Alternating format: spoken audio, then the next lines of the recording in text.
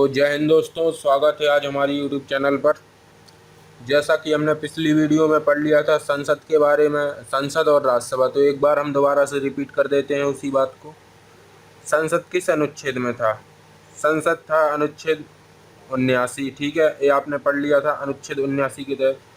और राज्यसभा भी हमने पढ़ लिया है, राज्यसभा अनुच्छेद 80 के तहत। आज हम पढ़ेंगे क्या? लोकसभा के बारे में। आज हम पढ़ेंगे लोकसभा। लोकसभा किस में है? अनुच्छेद 81। तो आपको एक सिंपल सी ट्रिक याद करनी है। इसका सा ले लेना है, इन तीनों को सा र ले। इससे आप समझ जाएंगे। सा से हो गया संसद, संसद अनुच्छेद 79। रा से हो जाएगा राज्यसभा अनुच्छेद 80। ला से हो जाएगा लोकसभा, तो कितना हो जाएगा? अनुच्छेद 81। बस आपको इतना याद करना है, सरल। तो इससे आपका हो जाएगा संसद अनुच्छेद 79, राज्यसभा 80 और लोकसभा 81। में संसद के कितने भाग होते हैं? संसद के कितने अंग होते हैं? तो ये सब मैंने कल पढ़ा दिया था, आप बताइएगा एक बार। संसद के 3 अंग होते हैं, लोकसभा, राज्यसभा और राष्ट्रपति। संसद के कितने सदन होते हैं? संसद के 2 सदन होते हैं। कौन कौन से? लोकसभा और राज्यसभा। संसद के कितने सदन होते हैं? 2 सदन होते हैं, लोकसभा और राज्यसभा। इसके बीच में एक सेंट्रल हॉल होता है, यहाँ पे एक सेंट्रल हॉल जिसमें अतिथि आकर बैठते हैं। ठीक है, विदेशी अतिथि सेंट्रल हॉल में ही भाषण देते हैं। ये सब हमने कल पढ़ लिया था। आज हम चलेंगे लोकसभा की तरफ। ठीक है, शुरू करते हैं दोस्तों। आज शुरू करते हैं लोकसभा को। ठीक है, लोकसभा किस अनुच्छेद के तहत है? तो अनुच्छेद 81 में। लोकसभा अनुच्छेद 81। लोकसभा अनुच्छेद 81, अनुच्छेद 81। तो आज हम देखेंगे लोकसभा के बारे में। पहले इसके बारे में कुछ बेसिक जानकारी ले लेते हैं। इसमें कहा गया है कि इसका 5 वर्ष से पूर्व भी विघटन हो सकता है, मतलब यह भंग हो सकती है। राज्यसभा में क्या था? यह भंग नहीं हो सकती है। इसका 5 वर्ष से पूर्व भी विघटन हो सकता है। इसका 5 वर्ष से पूर्व भी विघटन हो सकता है, जिस कारण दोस्तों इसे स्थायी या निम्न सदन कहा जाता है। जिस कारण इसे निम्न सदन कहा जाता है। जिस कारण इसे क्या सदन कहा जाता है? निम्न सदन। जिस कारण इसे अस्थायी या निम्न सदन कहा जाता है, निम्न सदन कहते हैं। ठीक है, अब आगे आता है, इसके बहुमत के आधार पर ही प्रधानमंत्री बनते हैं तथा मंत्रिपरिषद लोकसभा में बैठता है। इसे प्रथम सदन कहते हैं। इसके बहुमत के आधार पर प्रधानमंत्री बनते हैं। इसके बहुमत के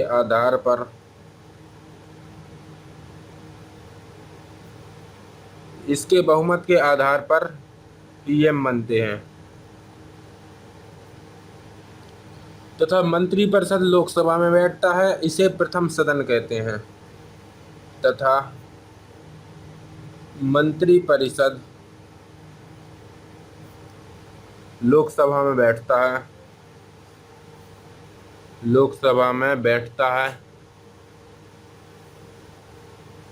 इसे प्रथम सदन कहते हैं। इसे प्रथम सदन कहते हैं।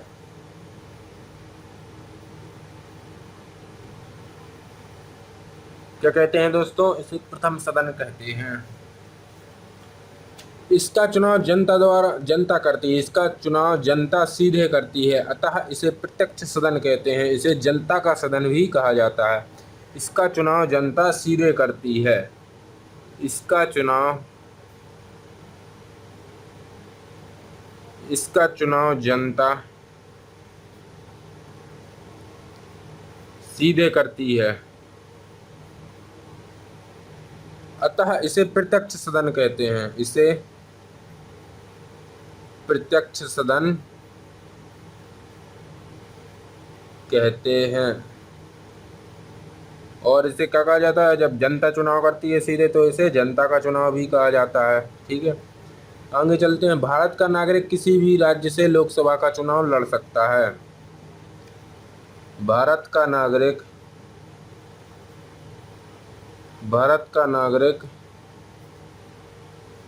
किसी भी राज्य से लोकसभा का चुनाव लड़ सकता है। किसी भी राज्य से लोकसभा का चुनाव लड़ सकता है। एक ही व्यक्ति दो लोकसभा सीटों से चुनाव लड़ सकता है, किंतु यदि दोनों से जीत गया तो उसे एक सीट से त्यागपत्र देना होगा। एग्जाम्पल में नरेंद्र मोदी बड़ोदरा से भी लड़ते हैं और बनारस से, तो बड़ोदरा से त्यागपत्र दे दिया। ठीक है, जब एक सीट से त्यागपत्र देगा तो खाली सीट पर कराया गया चुनाव उपचुनाव कहलाता है, जो बचे हुए कार्यकाल में के लिए होता है, अतः 6 महीने के भीतर भरना होता है। आगे चलते हैं। अब देखते हैं दोस्तों, लोकसभा का सदस्य बनने के लिए योग्यता। लोकसभा का सदस्य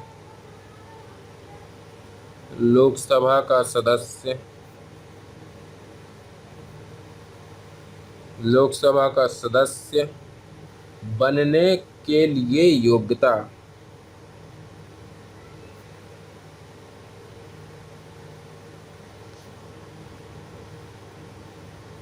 लोकसभा का सदस्य बनने के लिए क्या क्या योग्यताएं होनी चाहिए वो देखेंगे हम,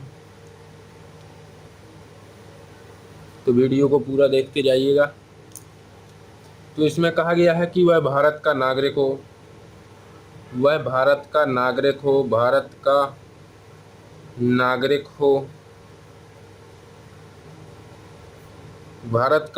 हो, पागल या दिवालिया एवं लाभ के पद पर न हो।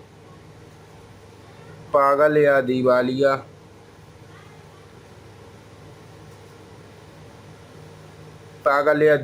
ना हो, लाभ के पद पर ना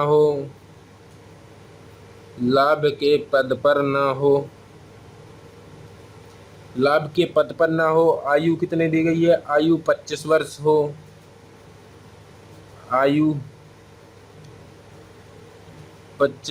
हो। अतः लोकसभा को युवाओं का सदन कहते हैं। लोकसभा को किसका सदन कहते हैं, युवाओं का सदन कहते हैं। 25 वर्ष की आयु हो तो लोकसभा को युवाओं का सदन कहा जाता है। आगे आता है, पॉइंट डाल के लिखिएगा। लोकसभा की पहली बैठक 1952 ईस्वी में हुई। सन 1952 में हुई। उस समय इसका नाम हाउस ऑफ पीपल था। उस समय इसका नाम क्या था, हाउस ऑफ पीपल। और राज्यसभा की पहली बैठक हुई थी 3 अप्रैल 1952 को। उस समय राज्यसभा का नाम काउंसिल ऑफ स्टेट और लोकसभा का हाउस ऑफ पीपल। लोकसभा की पहली बैठक 1952 ईस्वी में हुई। उस समय इसका नाम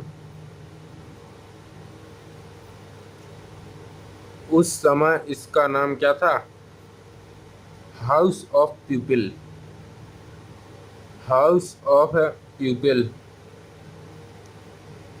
उस समय इसका नाम हाउस ऑफ पीपल था। और 1954 में इसका नाम बदलकर लोकसभा किया गया। 1954 में इसका नाम बदलकर सन 1954 में इसका नाम बदलकर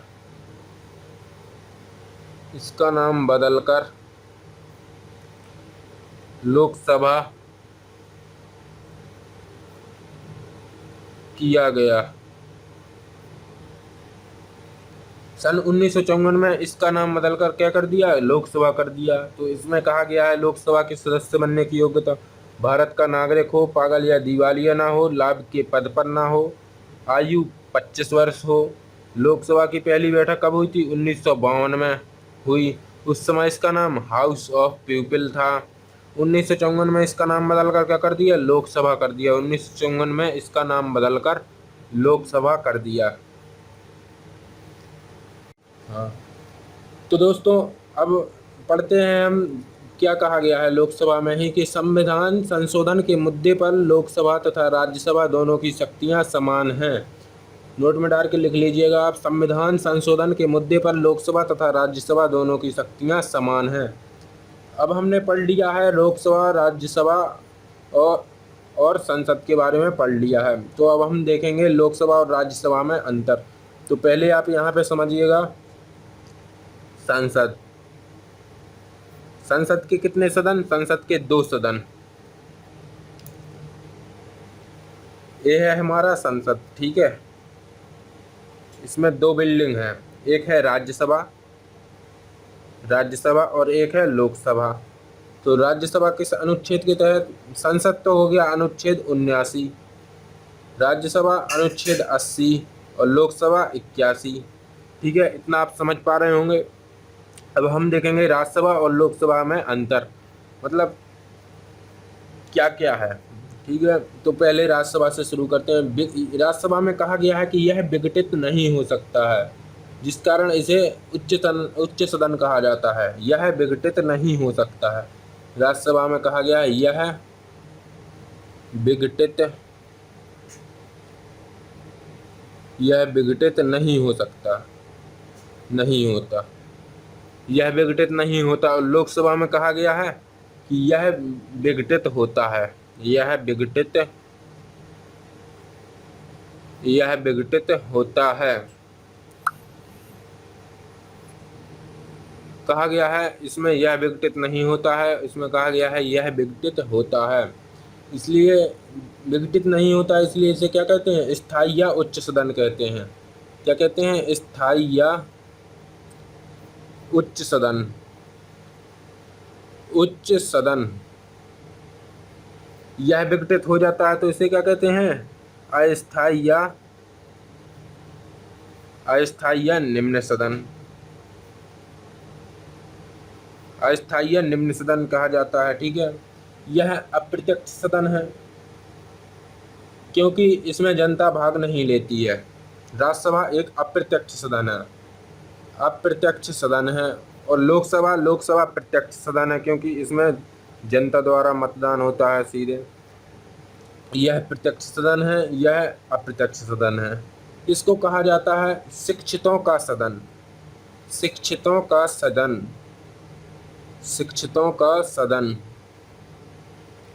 और इसको कहा जाता है जनता का सदन, जनता का सदन। इसको कहा जाता है शिक्षितों का सदन, इसको कहा जाता है जनता का सदन। इसमें वृद्धों का सदन क्यों कहा जाता है? क्योंकि इसमें 30 वर्ष से ऊपर के ही रहते हैं। इसे कहा जाता है वृद्धों का सदन, बूढ़ों का सदन, वृद्धों का सदन। क्या समझ जाइए? 30 वर्ष आयु होनी चाहिए। और इसे कहा जाता है युवाओं का सदन, युवाओं का सदन। इनकी आयु 25 वर्ष होनी चाहिए। ठीक है, इसे कहा जाता है द्वितीय सदन, द्वितीय सदन। और इसे कहते हैं हम प्रथम सदन, प्रथम सदन। इसमें मंत्री नहीं बैठते हैं, इसमें मंत्री बैठते हैं, इसमें मंत्री नहीं बैठते हैं, इसमें मंत्री बैठते हैं, मंत्री बैठते हैं। इसमें दोस्तों राष्ट्रपति द्वारा 12 सदस्य मनोनीत किए जाते हैं, 12 सदस्य मनोनीत किए जाते हैं, 12 सदस्य मनोनीत किए जाते हैं, जो कला या विज्ञान आदि के क्षेत्र से लिए गए होते हैं। और इसमें किए जाते हैं 2 Anglo Indian, 2 Anglo Indian, 2 Anglo Indian मनोनीत किए जाते हैं। तो दोस्तों इतना आप समझ पा रहे होंगे कि संसद के कितने सदन है? 2 सदन है, राज्यसभा और लोकसभा।